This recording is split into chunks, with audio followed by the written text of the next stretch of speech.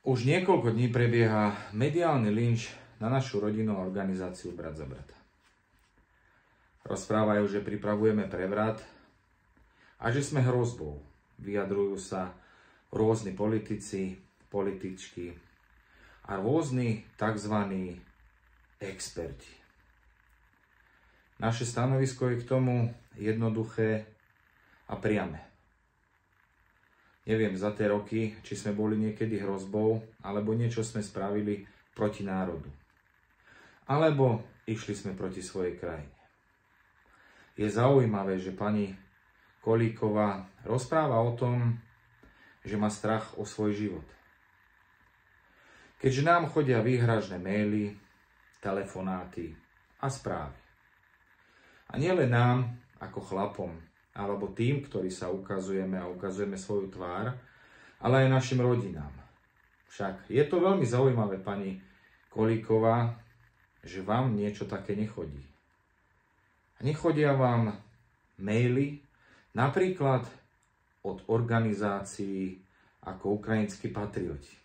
Však rozprávate o tom, že my pripravujeme prevrat. Ja vás nejdem z ničoho obviňovať, ale nie je zaujímavé to, že poukazujete na nás a pritom unikli informácie o tom, že protesty, ktoré vy robíte, vaše organizácie, vaše strany pripravujú niečo také. Nie je to zaujímavé, že chcete pošpiniť a ukázať na niekoho iného, aby nebolo vidno tie vaše kroky? Porozmýšľajte nad tým všetkým. Toto nie je smerované ako útok alebo nejaká hrozba. My sme sa nikdy nikomu nevyhrážali. My sme stále išli svojou cestou kultúry, histórie a pravdy. Úcty, rešpektu a pokory. Za tie desiatky rokov, ktoré sme tu a fungujeme, z našej strany nebola ani raz vyhrážka fyzického nátlaku alebo fyzického útoku ani na jedného z vás. Stále pristupujeme ku všetkému s rešpektom a úctou. Veď predsa aj vám dali nejakí ľudia ten hlas a mandát, aby ste ich zastupovali.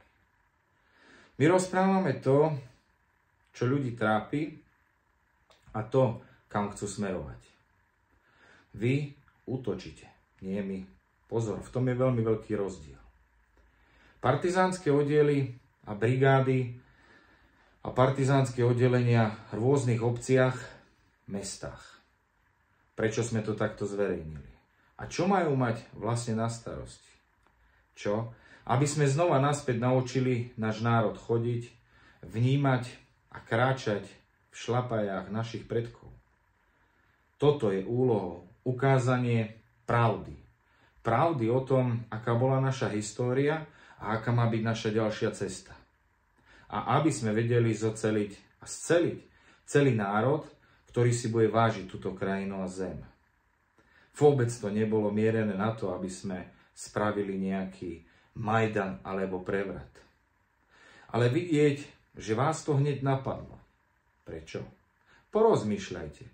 Možno, že toto je vaša cesta. Ale nie je naša. Vy ukazujete to, čo chcete spraviť. Ale my stále rozprávame a to, čo aj rozprávame, spravíme. Len vy stále ukazujete na druhých, poukazujete na druhých, ale neukážete na seba. Je zaujímavé, že unikli teraz informácie o tom, čo ste pripravovali, ako ste chceli a čo chcete. Veď vyjadrite sa k tomu. Prečo robíte tie majestátne pochody, že za mier Ukrajine? A kde je Slovensko? Kde je slovenský národ a slovenský ľud? Porozmýšľajte nad tým, kto tu chce prevrat, kto tu chce nejakú zmenu a prečo ju chce. Chce zahubiť všetko, čo je slovenské. Chce zahubiť kultúru, históriu a tradície. Veď pre vás už nie je nič cenné, len mamon, peniaze a obohatenie. vám vôbec nezáleží na národe ani na ľuďoch. Vám záleží len na sledovanosti, lajkoch a dostania sa do parlamentu a ovládať ľudí. Ale pozor, ľudia vám dali mandát na to, aby ste robili to, čo potrebujú, aby ste tu niečo zmenili. A všetci len kričíte a vrieskate a poukazujete na druhých.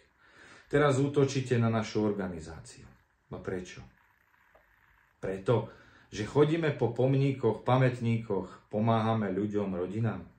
No super, to je pekná odmena a ešte to, že nás nazvete gangom a podobne, na to už reagovať nebudeme, ale stále len rozprávate nie o nás, ale o sebe, čo chcete spraviť.